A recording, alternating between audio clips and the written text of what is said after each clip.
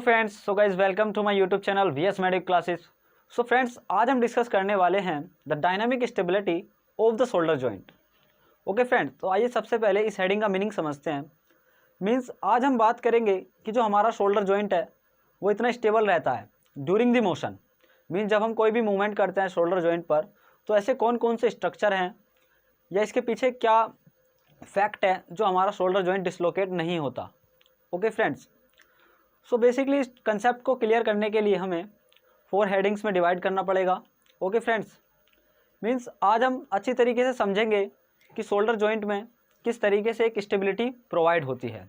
Okay friends, क्योंकि जब हम मोशन करते हैं तो ग्रेविटी भी अपना काम करती है, लेकिन मसल्स भी अपना काम कर रही हैं, तो किस तरीके से एक स्टेबिलिटी बन करके आती है, आइए फ्रेंड्स देखते हैं। सो फ्रेंड्स, सबसे पहले हम बात करेंगे जो ग्लेनोह्यूमरल जॉइंट है, तो वो इनकॉन्ग्रुएंस जॉइंट है बेसिकली। मीन्स इसके अंदर जो हेड ऑफ द ह्यूमरस है वो काफ़ी ज़्यादा लार्ज है as compare to the glenoid fossa of the scapula. Okay friends, तो बेसिकली यहाँ पर कंसेप्ट ये है कि जो हमारा सबसे पहला डायग्राम है ये हमने डेल्टोइड मसल के लिए बनाया गया है, क्योंकि फ्रेंड्स जो डेल्टोइड है वो हमारी प्राइम मूवर होती है और बहुत ज़्यादा स्ट्रॉन्ग मसल होती है। ओके फ्रेंड्स, तो सबसे पहले हम डेल्टोइड के आस्पेक्ट में समझेंगे स्टेबिलिटी को, और दूसरा उसके बाद आएगा रोटेटर कफ को भी डिस्कस करेंगे, एंड द लास्ट में आएगा हमारा बाइसेप्स ब्रेकियाई। ओके फ्रेंड्स, तो आइए फ्रेंड्स स्टार्ट करते हैं डेल्टोइड से। सो गाइज यहाँ पर मैं आपको एक कंसेप्ट क्लियर करना चाहूँगा डेल्टोइड का। सो फ्रेंड्स, जो डेल्टोइड है हमारी बेसिकली वो इस तरीके से कुछ डेल्टोइड टाइप स्ट्रक्चर होता है इसका, इसीलिए इसको हम डेल्टोइड मसल कहते हैं। सो डेल्टोइड जो होती है इसके अंदर 3 फाइबर्स होते हैं। The first one is anterior fibre and this is a posterior fiber and this is a middle fiber. Okay friends, तो डेल्टोइड में क्या होता है कि जो एंटीरियर फाइबर होते हैं ये आपके फ्लेक्शन में हेल्प करते हैं, जो पोस्टीरियर फाइबर होते हैं ये आपके एक्सटेंशन में हेल्प करते हैं, और जो आपके मिडिल में होते हैं ये आपके एब्डक्शन में हेल्प करते हैं। ओके फ्रेंड्स, तो अब कंसेप्ट ये है, और यहाँ पर मैं एक कंसेप्ट और क्लियर करना चाहूँगा आपको, क्योंकि इसमें बहुत ज़्यादा वेक्टर्स का यूज़ है, क्योंकि हम इसको रिजोल्व करते हैं। सो फ्रेंड्स, सपोज कीजिए कि यहाँ पर ये कोई बॉक्स टाइप हमने रखा हुआ है। ओके फ्रेंड्स, सो गाइज इस साइड में दोनों साइड इक्वल फोर्स लग रहा है। तो गाइज यहाँ पर क्वेश्चन उठता है कि ये जो बॉक्स है किस साइड मूवमेंट करेगा। सपोज ये वाला फोर्स हमारा क्यों है और ये वाला फोर्स है हमारा एल, तो जो क्यू फोर्स है ये एल के इक्वल है। तो गाइस क्या होगा, जब ये दोनों इक्वल फोर्स हैं तो इनका जो रिजल्टेंट वेक्टर आएगा वो इन दोनों से सेम एंगल पर आएगा। मीन्स ये जो बॉडी है इस एस्पेक्ट में मूव करेगी। ओके, अब सपोज कीजिए ये वाला वेक्टर छोटा है तो ये जो रिजल्टेंट वेक्टर है वो बड़े वेक्टर की तरफ मूव कर जाएगा। अगर ये वाला वेक्टर बड़ा है तो जो रिजल्टेंट वेक्टर है वो इसकी तरफ मूव कर जाएगा। ओके फ्रेंड्स, तो सेम यही कंसेप्ट हमारा डेल्टोइड में लगता है, क्योंकि गाइस डेल्टोइड में एंटीरियर फाइबर भी हैं, पोस्टीरियर फाइबर भी हैं और आपके मिडिल फाइबर भी हैं। तो लेकिन अब इन तीनों का जो लाइन ऑफ पुल है वो अलग अलग डायरेक्शन में है, क्योंकि डेल्टोइड का इधर होगा, एंटीरियर का इधर होगा, पोस्टीरियर का इधर होगा और मिडिल का ऊपर होगा। तो अब हम क्या करते हैं, कंसेप्ट को ईजी करने के लिए ये जो 2 वेक्टर हैं, मीन्स डेल्टोइड के एंटीरियर और पोस्टीरियर वाले वेक्टर को भी हम कंसाइड करते हैं। मीन्स इन दोनों को एवरेज निकालेंगे तो मिडिल वेक्टर के उसमें ही हम इसको मान लेंगे, क्योंकि अगर हम इसका और इसका रेजोल्यूशन निकालेंगे, मीन्स इसको रिजोल्व करेंगे, तो क्या होगा कि जो रिजल्टेंट वेक्टर है वो आपका मिडिल फाइबर के जो लाइन ऑफ पुल है उसके पैरेलल जाएगा। ओके फ्रेंड्स, तो यहाँ पर एक बात क्लियर करनी बहुत ज़रूरी है कि जो डेल्टोइड के अंदर 3 फाइबर हैं उन तीनों का जो रिजल्टेंट वेक्टर है वो आपका मिडिल वाले जो फाइबर है उसके पैरेलल होता है। ओके फ्रेंड्स, अब गाइज यहाँ पर मैंने ये स्पेशली डायग्राम जो है ये वाला डेल्टोइड के लिए बनाया है। अब इसमें हमको ये समझना है कि डेल्टोइड किस तरीके से डायनेमिक स्टेबिलिटी प्रोवाइड करती है या नहीं करती, ये भी एक बहुत बड़ा क्वेश्चन है गाइज। तो आइए, बहुत ज़्यादा इंटरेस्टिंग होने वाला है ये वाला कंसेप्ट, तो समझते हैं इसको। गाइज यहाँ पर मैंने लिखा है FY कंपोनेंट। अब सपोज गाइज अब हम कहने लगे इस FY कंपोनेंट को कि रोटेटरी है, या मैं इसको कहने लगूँ ट्रांसलेटरी, तो ये कंसेप्ट कैसे क्लियर होता है।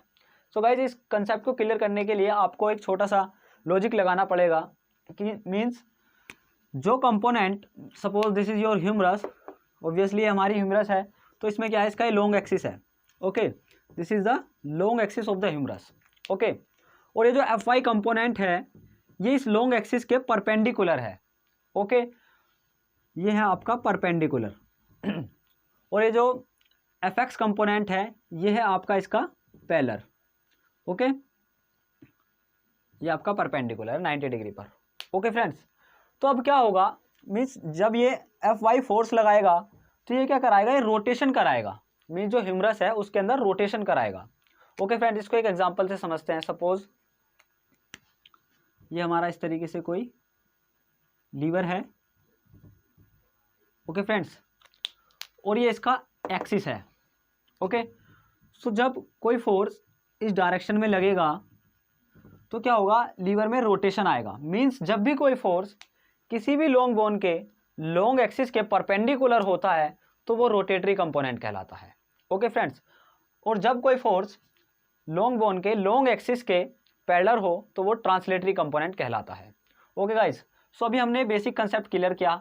सो अब गाइज देखते हैं डेल्टोइड मसल का, ओके। सो गाइज डेल्टोइड जो है, डेल्टोइड का जो रिजल्टेंट वेक्टर होता है, रिजल्टेंट जो फोर्स होता है, लाइन ऑफ पुल, वो ये वाला मैंने रेड कलर से शो किया है, ओके फ्रेंड्स। तो बेसिकली क्या होता है गाइज, अब आप यहाँ पर देख रहे हो कि जो एफ वाई कंपोनेंट है ये बहुत ज़्यादा छोटा है as compare to the F X component of the deltoid, okay friends. तो अब यहाँ पर क्या होगा कि जो डेल्टोइड का एफ एक्स कंपोनेंट है और ये जो एफ वाई कंपोनेंट है डेल्टोइड का, अब ये छोटा है तो छोटा होने के क्या कारण क्या होगा कि इसका कोई इफेक्ट नहीं पड़ेगा, डेल्टोइड की जो मीन्स जो डेल्टोइड का एफ एक्स कंपोनेंट है इसके ऊपर इतना कोई खास इफेक्ट नहीं पड़ेगा। तो फाइनली क्या होगा गाइज, अब इसमें एक फोर्स आपका नीचे की तरफ यहाँ से एलओजी भी लग रहा होगा, लाइन ऑफ ग्रेविटी। लेकिन गाइज जो हमारी डेल्टोइड मसल है ये प्राइम मूवर है और ये इतनी स्ट्रॉन्ग होती है कि जो डेल्टोइड फोर्स लग रहा है, डेल्टोइड का जो नीचे की तरफ फोर्स लगता है ये उसको रजिस्ट कर देती है। मीन्स या तो ऐसे कह लीजिए कि जो ग्रेविटी का फोर्स है वो डेल्टोइड के सुपीरियर लाइन ऑफ पुल को रजिस्ट नहीं कर पाता। तो फाइनली गाइज क्या होगा कि जो डेल्टोइड मसल है वो ह्यूमरस को ऊपर की तरफ शिफ्ट कर देगी, क्योंकि जो ग्रेविटी है वो उसका अपोज नहीं कर पा रही, ओके। और जो एफ वाई कंपोनेंट है वो रोटेशन के लिए है तो वो तो इसका अपोज करेगा ही नहीं, ये बात भी क्लियर है। सो गाइज फाइनली अब कंसेप्ट आता है कि अब ऐसा कौन सा फोर्स है जो इस डेल्टोइड के इतने स्ट्रॉन्ग फोर्स को कैंसिल कर सकता है, क्योंकि गाइज इसका कैंसिल होना बहुत ज़रूरी है, वरना क्या होगा गाइज, ये जो आपका हेड ऑफ द ह्यूमरस है ये आपका एक्रोमियन प्रोसेस में फंस जाएगा, मीन्स जो कोरोकोक्रोमियल आर्क है उसमें जा करके फंस जाएगा और वहाँ पर क्या होगा कि जो स्ट्रक्चर हैं उनको जा करके कंप्रेस करेगा, तो क्या होगा वहाँ पर इम्पिंजमेंट होगा, तो वहाँ पर ज़्यादा रेंज ऑफ मोशन नहीं हो पाएगा क्योंकि वहाँ पर पेन होने लगेगा पर्सन को। तो फाइनली कुछ एक ऐसा कंसेप्ट है हमारी बॉडी में जो डेल्टोइड के एफ एक्स कंपोनेंट को ऑफसेट करता है। ऑफसेट का मीनिंग क्या होता है, उसको एक तरीके से कैंसिल करता है या उसको इक्वली काट देता है। तो गाइज वो फोर्स है हमारा रोटेटर कफ, जो रोटेटर कफ की मसल होती है, okay friends. So guys rotator cuff के अंदर बेसिकली 4 मसल होती हैं, उन 4 मसल की हमने एक ट्रिक बनाई है SITS, सिट्स, ओके फ्रेंड्स। तो आइए इसका मीनिंग निकालते हैं। सबसे पहले this is your supraspinatus, okay friends, ये है आपकी इंफ्रास्पाइनेटस और ये है आपकी teres minor, okay friends, this is your teres minor और ये है आपकी सब स्कैपुलरिस। सो फ्रेंड्स अब जो सुप्रास्पाइनेटस है इसका जो रिजल्टेंट वेक्टर होता है वो एक अलग डायरेक्शन में होता है, ओके। लेकिन जो इंफ्रास्पाइनेटस है, टेरिस माइनर है और जो सब स्कैपुलरिस है, गाइज ये वाली जो मसल है ये यहाँ पर सब स्कैपुलरिस आएगी, सब स्कैपुलरिस, ओके फ्रेंड्स। जो आपकी इंफ्रास्पाइनेटस है, टेरिस माइनर है और सब स्कैपुलरिस है, इन तीनों का line of pull same direction में होता है। अब गाइज जब ये सेम डायरेक्शन में है तो हम क्या करेंगे, मीन्स इनका एक एवरेज निकाल लेंगे, इन तीनों को हम एक साथ ही सोल्व करेंगे, है ना, क्योंकि इन तीनों का लाइन ऑफ पुल एक सेम डायरेक्शन में है। लेकिन जो सुप्रास्पाइनेटस है इसका लाइन ऑफ पुल मीन्स इन 3 मसल से डिफरेंस है, इसलिए हम इसको सेपरेटली डिस्कस करेंगे। सो गाइज अब हम लेते हैं ITS मसल को। ITS मसल मीन्स ये वाली मसल, ये है आपकी ITS मसल। सो गाइज यहाँ पर मैंने ITS के लिए भी एक सेपरेट डायग्राम बनाया है।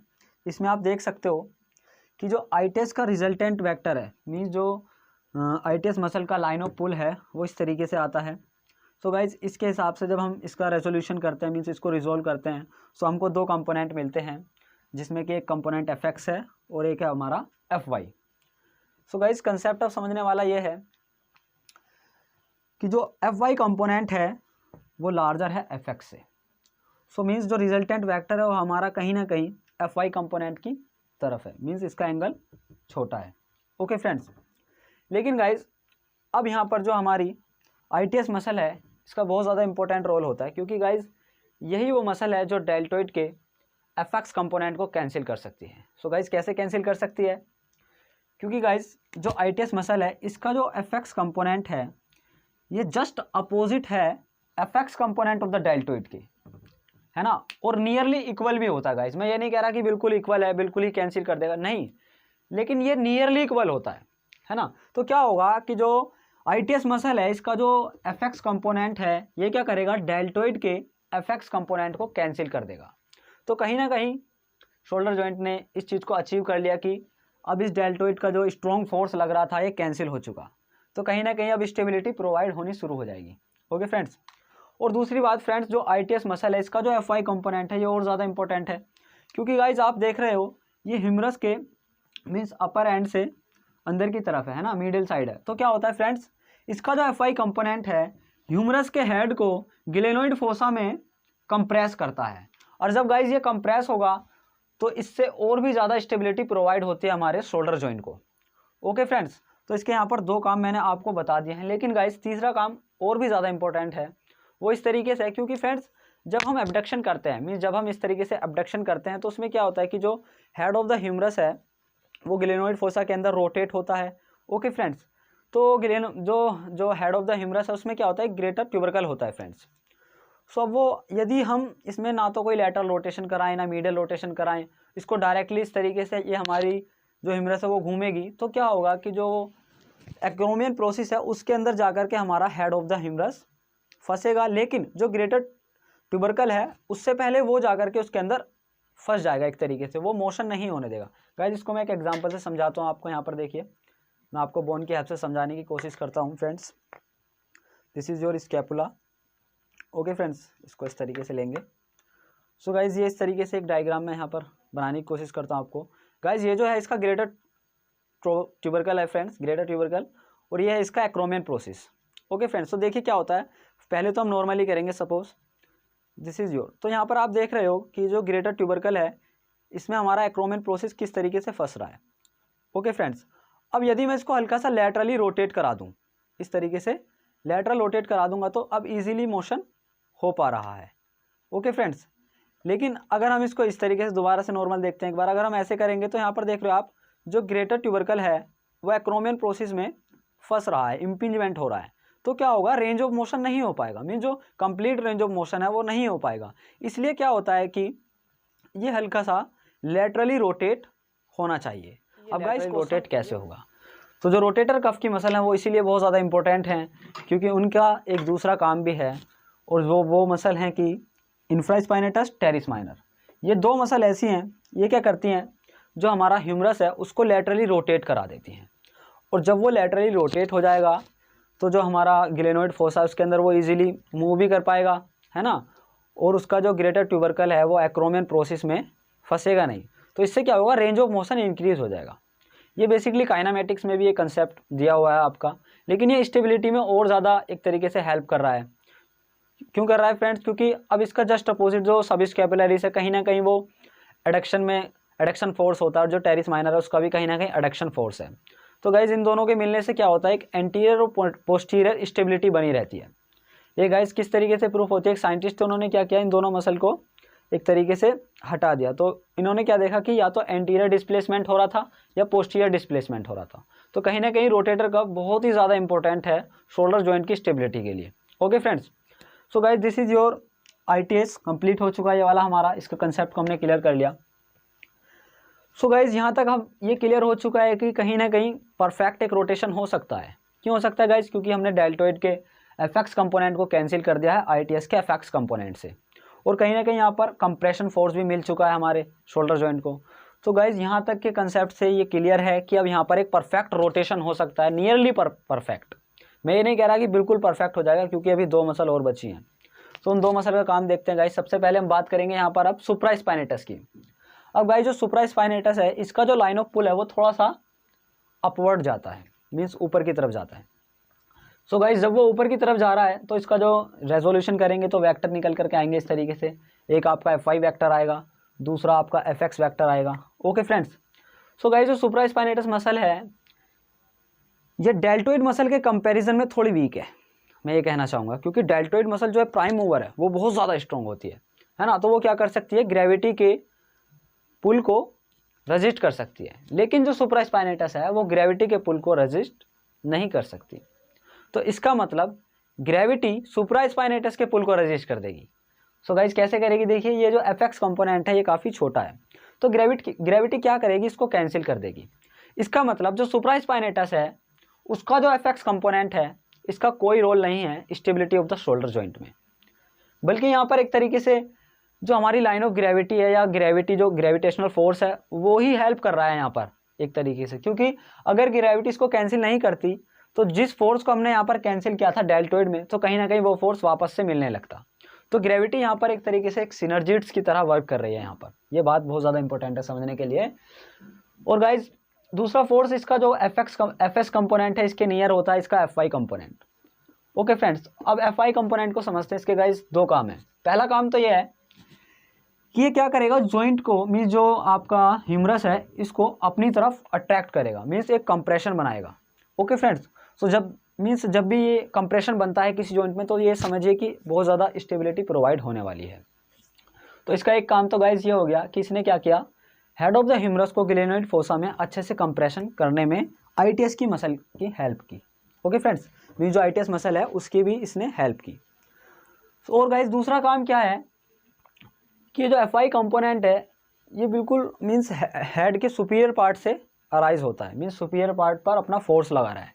तो गाइज एक पोजीशन ऐसी आएगी कि जब ये हेड ऑफ द ह्यूमरस इस ग्लेनोइड फोसा में अच्छे से कंप्रेस हो जाएगा उसके बाद भी ये एफवाई फोर्स लगता रहेगा।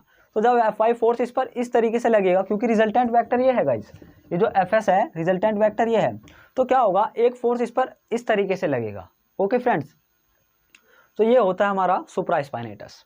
गाइज अब हम बात करते हैं बाइसेप्स ब्रेकियाई की।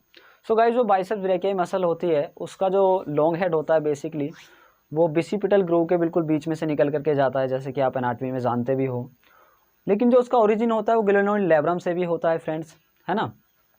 तो क्या होता है, और सुप्राग्लेनोइड ट्यूबरकल से भी होता है। तो वो कैप्सूल के पास से निकल करके जा रहा है, तो कहीं ना कहीं वो उन सबसे टच है। ओके फ्रेंड्स, लेकिन जो इसका इंसर्शन है वो हमारा ह्यूमरस पर नहीं होता, तो इसलिए हम इसका इतना ज़्यादा रोल नहीं मानेंगे। लेकिन कहीं ना कहीं थोड़ा बहुत रोल ये देता है। और फ्रेंड्स कभी कभी क्या होता है कि जब इस मीन्स क्या होता है, जब ये स्टिफ होने लगता है, जब इसका टेंडन स्टिफ होने लगता है तो उसकी वजह से पेशेंट को पेन भी होने लगता है।